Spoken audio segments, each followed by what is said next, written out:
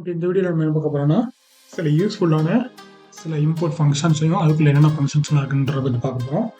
So first function பார்த்தீங்கன்னா time. So இந்த time வச்சு நம்ம என்ன பண்ணலாம் அப்படின்னா ஒரு ப்ராசஸ் பண்ணுறோம் அப்படின்னா அந்த ப்ராசஸ் வந்து எவ்வளோ டைமில் எக்ஸிக்யூட் ஆகுது அப்படின்றத நம்ம கால்குலேட் பண்ணலாம். உதாரணத்துக்கு ஸோ ஃபங்க்ஷன் கொடுத்துருக்கேன். என்னென்னா 0லேருந்து நமக்கு 10,000 வரையும் கவுண்ட் பண்ண சொல்லி ஒரு ஃபங்க்ஷன் கொடுத்துருக்கேன். அந்த ஃபங்க்ஷன் வந்து நான் பிரிண்ட் பண்ண சொல்லியிருக்கேன். இப்போ இந்த ஃபங்க்ஷனுக்கு நம்ம எவ்வளோ டைம் எடுக்குது அப்படின்னு கண்டுபிடிக்கலாம். அதுக்கு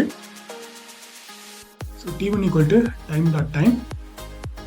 ஸோ அதை நம்ம கொடுத்துட்டோம்னா நமக்கு T1 கிடைக்கும். இப்போ உதாரணத்துக்கு இந்த T1ன்றது நமக்கு ஆஸ் யூஸ்வல் செகண்ட்ஸில் வராது, ஒரு ஃப்ளோட் வேரியபிளாக தான் இருக்கும். பார்த்தீங்கன்னா இதுதான் டைமு. நம்ம இருக்கக்கூடிய டேட்டு இயர் எல்லாத்தையுமே கால்குலேட் பண்ணி அது ஒரு ஃப்ளோட் வேரியபிளாக வந்து சேவ் ஆகும் T1ன்றது.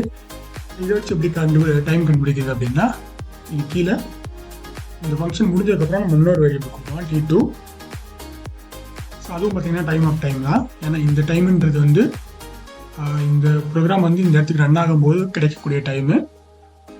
இந்த டைமுன்றது வந்து இந்த ஃபார் லூப் முடிஞ்சதுக்கப்புறம் நமக்கு கிடைக்கக்கூடிய டைமு. இப்போ டைம் டேக்கன் வந்து நமக்கு T2 - T1 தான். ஏன்னா இந்த டைம்லேருந்து அந்த டைம் மைனஸ் பண்ணால் நமக்கு எத்தனை செகண்ட் வந்து இந்த ஃபார் லூப் வந்து எக்ஸிக்யூட் ஆகிருக்கு அப்படின்றது தெரியும். ஸோ இப்போ செக் பண்ணலாம். பார்த்தீங்கன்னா நமக்கு 0.2 செகண்ட்ஸ்லேயே இது வந்து முடியுது. இதே மாதிரி CPU ப்ராசஸிங் டைம் ஒன்று இருக்குது.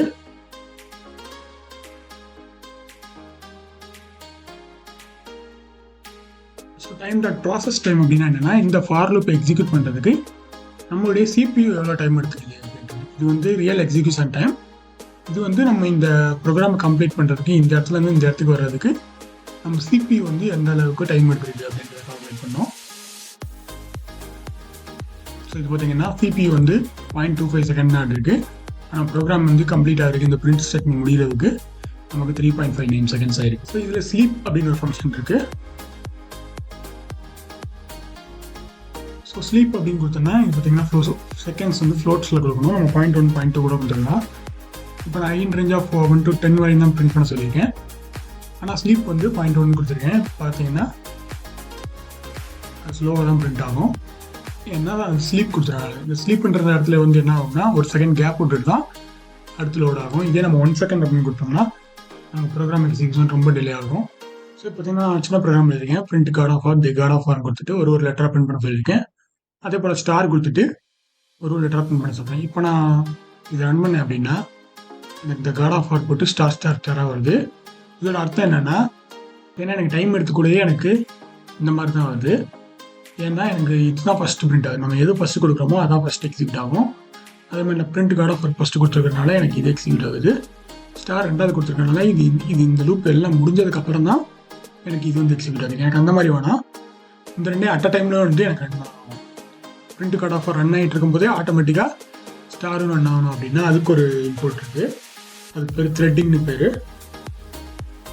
ஸோ இதுவும் இன்பில்ட் தான். நம்ம எக்ஸ்டர்னலாக எதுவுமே இன்ஸ்டால் பண்ணணும் அவசியம் இல்லை. இதுக்குள்ள த்ரெட் அப்படின்னு ஒரு கிளாஸ் இருக்குது. இது பார்த்தீங்கன்னா இந்த மாதிரி கலரில் வந்துச்சுன்னா இது ஃபங்க்ஷனு, ப்ளூ கலரில் வந்துச்சுன்னா அது கிளாஸு. ஸோ ஃபங்க்ஷனுக்கும் கிளாஸுக்கும் என்ன டிஃப்ரென்ஸ்ன்றதை நான் பின்னாடி சொல்லித்தரேன். ரெண்டுமே கால் பண்ணுற மாதிரி தான் வரும். ஆனால் இது வந்து ஒரு ஃபங்க்ஷனு. நம்ம ஏதாவது கொடுக்கலாம் ஃப்ளோட் அந்த மாதிரி. இது வந்து கிளாஸ். இதுக்குள்ள நம்ம வந்து காம்ப்ளெக்ஸான ஐட்டங்கள் கூட பாஸ் பண்ண வேண்டிய சிச்சுவேஷன் வரும். ஸோ இப்போ நான் த்ரெட்டு இம்போர்ட் பண்ணிட்டேன். இப்போ இந்த த்ரெட்டை வந்து எப்படி யூஸ் பண்ணுறேன்னு பார்க்கலாம். ஸோ T1 இந்த த்ரெட்டோட இன்ஸ்டன்ஸ் கால் பண்ணிட்டேன் கிளாஸு. இந்த கிளாஸில் வந்து நம்ம என்ன பண்ண போகிறோம் அப்படின்னா இந்த டார்கெட்டை வந்து செட் பண்ண போகிறோம். இப்போ நம்ம இந்த இடத்துல நம்ம ப்ராக்கெட் கொடுத்தோம் அப்படின்னா இந்த ஃபங்க்ஷனை இதுக்குள்ளேயே கால் பண்ணுறோன்னு அர்த்தம். நம்ம கால் பண்ணுறதா இருந்தால் மட்டும்தான் இந்த மாதிரி டேபிள் ஓப்பன் அண்ட் க்ளோஸ் பேரன்தசிஸ் கொடுக்கணும். நம்ம வந்து இந்த ஃபங்க்ஷனை வந்து இதுக்குள்ளே ஒரு ஆப்ஜெக்டாக பாஸ் பண்ணுறோம். அதனால இந்த இடத்துல வந்து நம்ம இந்த ப்ராக்கெட் வந்து கொடுக்கக்கூடாது. ஸோ இப்போ பார்த்தீங்கன்னா T1 ஒரு த்ரெட்டு, T2 ஒரு த்ரெட்டு. ரெண்டுமே பார்த்தீங்கன்னா ஃபங்க்ஷன் மட்டும் வேறு. இப்போ நம்ம இந்த ஃபங்க்ஷனை வந்து ஸ்டார்ட் பண்ணணும். இப்போ இது தனி த்ரெட்டில் போட்டிருக்கோம் T1, T2 நம்ம தனி த்ரெட்டில் போட்டிருக்கோம். இப்போ நம்ம வந்து அவுட்புட் செக் பண்ணி பார்க்கலாம். பார்த்தீங்கன்னா இது ரெண்டும் அட் டைமில் எக்ஸிக்யூட் ஆகுது. நம்ம T1 ஸ்டார்ட்னு கொடுக்கோம். அதனால் ஃபஸ்ட்டு T1 எக்ஸிக்யூட் ஆகுது. இந்த ஸ்லீப்பில் வந்து ஸ்டக் ஆகிட்டு இருக்கும்போதே ஆட்டோமேட்டிக்காக இந்த ஸ்டார் வந்து ரன் ஆக ஆரம்பிச்சிடுது. அதான் இதோட மீனிங் என்னென்னா நம்ம இந்த 2 ப்ரோக்ராமையும் 2 ஃபங்க்ஷனையுமே அட் அ டைமில் நம்ம ரன் பண்ணிட்டோம். ஓகே, அடுத்து முக்கியமானது பார்த்தீங்கன்னா டேட் டைம். இதுவும் பார்த்தீங்கன்னா இன்பில்ட் கிளாஸ் தான். நம்ம டைம் பார்த்தீங்கன்னா நம்ம டைம் அப்படின்னு கொடுத்தோம்னா நமக்கு வந்து ஒரு ஃப்ளோட்டாக தான் ரிட்டர்ன் ஆகும். ஆனால் இது பார்த்தீங்கன்னா ஸோ டேட் டைமுக்குள்ளே இன்னொரு டேட் டைம்னு ஒரு கிளாஸ் இருக்குது. அந்த கிளாஸ்க்குள்ளே தான் நம்ம நவ் இருக்குது, அதை தான் கால் பண்ணணும். இல்லைன்னா from date time import date டைம்னே கொடுத்துலாம். நம்ம பார்த்தீங்கன்னா இது வந்து டேட் டைம்ன்றது ஒரு மாடியூல். இந்த மாடியூலுக்குள்ளே டேட் டைம்னு ஒரு கிளாஸ் இருக்குது. ஸோ கன்ஃபியூஸ் ஆகக்கூடாது. From date time import date டைம்னா நம்ம வந்து டேட் டைம்ன்ற மாடியூல்லேருந்து டேட் டைம்னு ஒரு கிளாஸ் எடுத்துருக்கோம். இப்போ பார்த்தீங்கன்னா இந்த கிளாஸ்க்குள்ளே நவ்னு ஒரு ஃபங்க்ஷன் இருக்குது, மெத்தடு. அந்த மெத்தட் நம்ம கால் பண்ணிட்டோம்னா நமக்கு இப்போ கரண்ட்டாக என்ன டேட்டு அப்படின்றது வந்து அது காமிக்கும். இப்போ ஏன்ற வேரியபிள் நான் சேவ் பண்ணியிருக்கேன். 20 அப்படின்னு கொடுத்தோம்னா ஸோ எனக்கு வந்து இயரு, மந்த்து, டேட்டு, இது ஹவர், மினிட்ஸு, செகண்ட்ஸ் பார்த்தீங்கன்னா ஃப்ளோட்டில் இருக்குது. அது தேவைப்படும் மூலமாக நம்ம ஃபார்மேட் பண்ணிக்கலாம். இப்போ பி ஈக்குவல் டு ஏ நான் ஃபார்மேட் பண்ணணும். அதுக்கு இதே டேட் டைமுக்குள்ளே ஸ்ட்ரிங் ஃபார்மேட் டைம் இருக்குது. இது வந்து string parse time, string format time. So string format time அப்படின்னு கொடுத்தோம்னா நம்ம எந்த ஸ்ட்ரிங் ஃபார்மேட் பண்ண போகிறோமோ அந்த ஸ்ட்ரிங் வேணும். ஸோ ஏவை தான் நம்ம ஃபார்மேட் பண்ண போகிறோம். இதுக்கப்புறம் இந்த ஃபார்மேட் வரும் மெத்தடு இவங்க கொடுத்துருக்காங்க பார்த்தியா, டேட்டு, மந்த்து, இயருன்ட்டு. ஸோ டினா டேட்டு, எம்னா மந்த்து, ஒய்னா இயரு. இது வந்து நம்ம ஒரு ஸ்ட்ரிங்குள்ளே கொடுக்கணும். இப்போ எனக்கு என்ன வேணும்னா டேட்டு மட்டும் இருந்தால் போதும். ஸோ கேபிட்டல் வை கொடுத்தா 2023 வரும், ஸ்மால் வை கொடுத்தா வெறும் 23 வரும். இப்போ வந்து நான் பிரிண்ட் பிஏ பண்ணுறேன். ஸோ பார்த்தீங்கன்னா இன்னைக்கு டேட் வந்து 28/8/2023. இதே போல் எனக்கு இந்த இடத்துல வந்து மந்த்துக்கு பதிலாக எனக்கு ஸ்ட்ரிங்காக வேணும் அப்படின்னா இந்த இடத்துல பி கொடுக்கலாம். பி கொடுத்தீங்கன்னா நமக்கு வந்து அந்த 8க்கு பதிலாக மந்த்து வரும். அதே போல் இந்த இடத்துல நம்ம கேபிட்டல் கொடுத்தோம்னா நமக்கு வந்து ஃபுல்லாக வரும். ஸோ இதே போல் நம்ம டைமை மட்டும் பண்ணிக்கலாம், டேட்டை மட்டும் பண்ணிக்கலாம், எப்படி வேணாலும் பண்ணிக்கலாம். இதே போல் நம்மளே ஒரு ஸ்ட்ரிங் கொடுக்கலாம். இப்போ இதை வந்து நம்ம ஒரு டேட்டா ஆப்ஜெக்டை கன்வெர்ட் பண்ணோம்னா ஸ்ட்ரிங் பார்ஸ் டைம் எடுத்துக்கணும். இதில் நமக்கு ஒரு ஸ்ட்ரிங்கோட ஆப்ஜெக்ட்டு டேட்டு கமா அது என்ன ஃபார்மேட்டில் இருக்குது அப்படின்ற மென்ஷன் பண்ணணும். ஸோ இது பார்த்தீங்கன்னா டேட்டு ஃபஸ்ட்டு,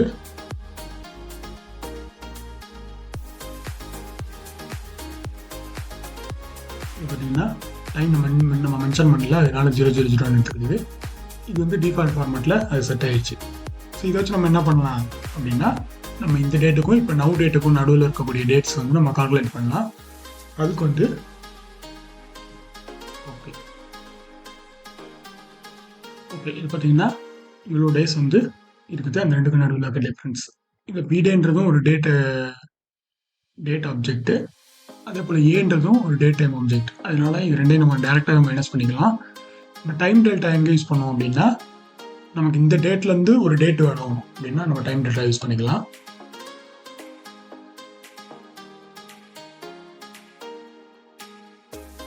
ஓகே இப்போ டைம் டெல்டா கிளாஸ் பார்த்தீங்கன்னா டேஸ் ஈக்குவல் டு 10,000 கொடுத்துருக்கேன். இந்த மாதிரி நீங்கள் மந்த்ஸ் கூட கொடுத்துக்கலாம். இப்போ நான் ஏன்ற கரண்ட் டேட் டைமில் வந்து 10,000 நாளுக்கு முன்னாடி என்ன டேட் வரும்னு எனக்கு தெரியாது, அதை நான் கால்குலேட் பண்ண சொல்லியிருக்கேன். அதுக்கு தான் நம்ம இந்த டைம் டெல்டா அப்படின்ற ஃபங்க்ஷன் யூஸ் பண்ணுறோம். ஸோ ஏன்றது வந்து நமக்கு ஒரு டேட் டைம் ஆப்ஜெக்ட்டு. அதே சமயம் இந்த டைம் டெல்டா யூஸ் பண்ணோம்னா இந்த 10,000 டேஸ் அப்படின்றது வந்து ஒரு டேட் டைம் ஆப்ஜெக்ட் ஆயிரும். ஸோ இதுவும் டேட்டா ஆப்ஜெக்ட், இதுவும் டேட் டைம் ஆப்ஜெக்ட். இது ரெண்டையும் நம்ம மைனஸ் பண்ணிக்கலாம். இப்போ நான் பிரிண்ட் நியூ டேட் கொடுத்தோன்னா பார்த்தீங்கன்னா எனக்கு 10,000 நாள் முன்னாடி 11/4/1996 அப்படின்றத காட்டுது. டைம் வந்து இதே டைம் தான், ஏன்னா நான் வந்து டைம் எதுவும் கொடுக்கல. அதனால் 10,000 டேஸ்க்கு முன்னாடி நமக்கு என்ன டே வரும்னா இந்த டே வரும். இந்த மாதிரி ஆப்ரேஷன்ஸ்க்கு வந்து நம்ம இந்த டேட் டைம் அப்படின்ற ஃபங்க்ஷன் வந்து யூஸ் பண்ணிக்கலாம் இம்போர்ட்டை.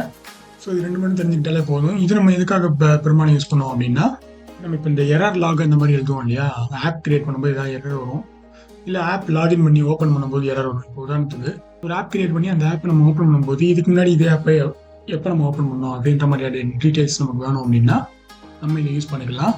அதே போல் ஸோ பின்றது பார்த்தீங்கன்னா மினிட்ஸ் அண்ட் செகண்ட்ஸு பார்த்தீங்கன்னா 13:16 வருது. அடுத்த டைம் பார்த்தீங்கன்னா அது மாறிட்டே இருக்கு இல்லையா. ஸோ இந்த மாதிரி வந்து நம்ம இதே அப்படியே ஒரு ஃபைல் நேம் கொடுத்துடலாம். இப்போ பின்றதை வந்து நம்ம ஃபார்மேட்டட் ஸ்ட்ரிங் எஃப்ஸ்ட்ரிங்கில் போட்டு பின்னு கொடுத்துட்டோம் அப்படின்னா ஃபைல் நேம் ஆகிடும். ஸோ இது ஆட்டோமேட்டிக்காக பார்த்தீங்கன்னா நமக்கு ஒரு டேட்டு, மந்த்து, தென் ஹவர்ஸ், மினிட்ஸ், செகண்ட்ஸ் 3 எல்லாத்தையும் சேர்த்து போட்டு நம்ம ஒரு ஃபைல் நேம் கொடுத்தோம் அப்படின்னா அது வந்து பழைய ஃபைல்லே ஓவர் ரைட் ஆகாமல் புது ஃபைல் கிரியேட் ஆகிட்டு இருக்கும்.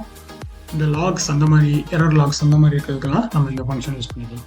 ஸோ அடுத்த ஃபங்க்ஷன் பார்க்கணும்னா அதுக்கு பேர் ஃப்ராக்ஷன்ஸ். இந்த ஃப்ராக்ஷன்லேயே பார்த்தீங்கன்னா இந்த ஃப்ராக்ஷன் மட்டும்தான் இருக்கும், வேறு எதுவுமே இருக்காது. பார்த்தீங்கன்னா ஃப்ராக்ஷன் மட்டும்தான் இருக்குது, மற்ற இதெல்லாம் டிஃபால்ட்டு. ஸோ அதனால் நம்ம டேரெக்டாக ஃப்ராக்ஷனே யூஸ் பண்ணிக்கலாம். ஸோ இது என்ன பண்ணணும்னா நமக்கு ஏதாவது டெசிமல் வேல்யூ இருந்தது அப்படின்னா அதை வந்து நம்ம ஃப்ராக்ஷனை கன்வெர்ட் பண்ணோம் அப்படின்னா இந்த ஃபங்க்ஷன் யூஸ் பண்ணி நம்ம கன்வெர்ட் பண்ணிக்கலாம். ஸோ இதுக்குள்ள ஆப்ஜெக்ட் பார்த்தீங்கன்னா நம்ம நியூமரேட்டர் டினாமினேட்டர் 2 கொடுக்கலாம். ஸோ 45 and 95 ஃப்ராக்ஷன் வேல்யூ அப்படின்னு பார்த்தீங்கன்னா நமக்கு வந்து 9/19. அந்த மாதிரி நமக்கு உள்ளே பாஸ் பண்ணுற ஆர்குமெண்ட்ஸ் எல்லாமே நமக்கு வந்து ஒரு ஃப்ராக்ஷனாக கொடுக்கும். அதே போல் டெசிமல்ஸையும் நம்ம வந்து ஃப்ராக்ஷனாக கன்வெர்ட் பண்ணிக்கலாம். அதே போல் நம்ம அதிகபட்சமாக ஏதாவது இந்த மாதிரி 7 அந்த மாதிரி கொடுத்தோம்னா அது மொத்தமாக சிங்கிள் ஃப்ராக்ஷனாக நமக்கு கொடுக்கும். ஃபார் எக்ஸாம்பிள் 7.5ன்றது நமக்கு 7/1/2, ஆனால் அந்த மாதிரி வராமல் நமக்கு 15/2 தான் வரும். ஏன்னா இது வந்து ஃபுல்லாக ஹோல் ஃப்ராக்ஷன் ஒரே ஒரு சிங்கிள் ஃப்ராக்ஷனாக தான் கன்வெர்ட் பண்ணோம். நம்ம இந்த 15/2 வந்து நமக்கு 7/2 ஆகணும்னா நம்ம இதை வந்து திரும்ப மேலே ப்ராசஸ் தான் பண்ணி ஆகணும். ஸோ இது பார்த்தீங்கன்னா இது ஒரு கிளாஸு. ஸோ கிளாஸ் அப்படின்னா அதில் மெத்தட்ஸ் நம்மளால் அக்சஸ் பண்ண முடியும். எப்படி நம்ம ஸ்ட்ரிங்ஸில் மெத்தட்ஸ் இருக்கும் அந்த மாதிரி. ஸோ இதில் பார்த்தீங்கன்னா நியூமரேட்டர் டினாமினேட்டர் அப்படின்னு 2 இருக்கும். ஸோ a.numerator அப்படின்னா நமக்கு வந்து நியூமரேட்டர் கிடைக்கும். அதே போல் a.denominator அப்படின்னா நமக்கு டினாமினேட்டர் கிடைக்கும். இப்போ நம்ம இதை யூஸ் பண்ணி நம்ம வந்து ஹோல் நம்பரை வேணால் கன்வெர்ட் பண்ணிக்கலாம்.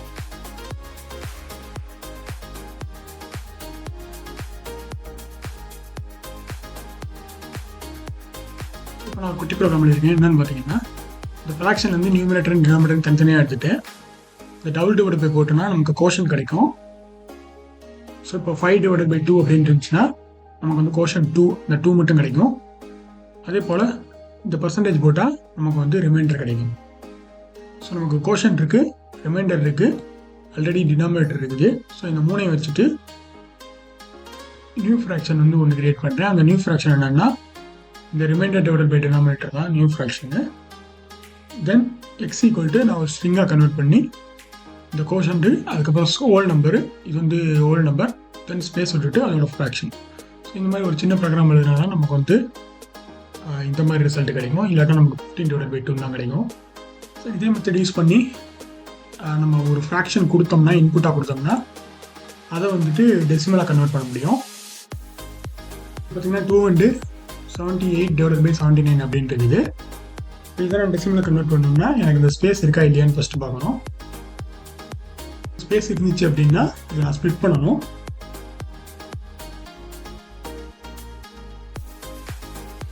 ஈக்குவல் டு இந்த ஃப்ராக்ஷன் ஆஃப் a0ன்றது இந்த 2 வரும், a1ன்றது இந்த 78/29 வரும். ஃப்ராக்ஷனில் நம்ம அடிஷன் சப்ட்ராக்ஷன் கண்டிஷன் எல்லாம் பண்ணலாம். ஏன்னா இந்த ஃப்ராக்ஷன் கிளாஸை பொறுத்த வரைக்கும் இந்த ஃப்ராக்ஷன் ஆஃப் a0 அப்படின்றதும் ஒரு நம்பர் தான். இதுவும் பார்த்தீங்கன்னா ஒரு நம்பரு, ஆனால் ஃப்ராக்ஷனல் ஃபார்மேட்டில் இருக்குது, அவ்வளோதான். ஸோ இப்போ ஃப்ராக்ஷன் வந்து இந்த ரெண்டையும் நான் கூட்டிட்டேன். இது ரெண்டையும் கூட்டது மூலமாக எனக்கு நம்ம ரிசல்ட்டில் போன ரிசல்ட் எப்படி இருந்ததோ அந்த நம்பர் அப்படியே வந்துடும். ஸோ அதோட டெசிமல் வேல்யூ எனக்கு வேணும் அப்படின்னா, ஸோ ஒருவேளை இங்கே ஸ்பேஸ் இல்லை அப்படின்னா அது வந்து சிங்கிளாக தான் இருக்குன்னு அர்த்தம். சிங்கிளாக இருந்ததுன்னா நம்ம டேரெக்டாகவே கன்வெர்ட் பண்ணிக்கலாம். பார்த்தீங்கன்னா நான் ஒரு ஃப்ராக்ஷன் வந்து டெசிமலாக கன்வெர்ட் பண்ணிட்டேன். ஒருவேளை நான் 278/29 அப்படி இருக்குன்னா எனக்கு இந்த ஃபங்க்ஷன் எக்ஸிக்யூட் ஆகாது, கீழே இருக்கிறது எக்ஸிக்யூட் ஆகும். ஸோ அதோட வேல்யூ வந்து இது. ஸோ 21/4ன்றது 5.25, 211/4ன்றது நமக்கு 2.24.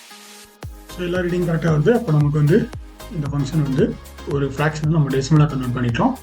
இதுக்கு முன்னாடி போட்ட ஃபங்க்ஷன் வந்து ஒரு டெசிமலாக ஃப்ராக்ஷனாக கன்வெர்ட். ஸோ அவ்வளோதான் இந்த வீடியோவில். இதுக்கப்புறம் இன்னும் சில முக்கியமான ஃபங்க்ஷன்ஸ் இருக்குது, அதை வந்து அடுத்த வீடியோவில் பார்க்கலாம்.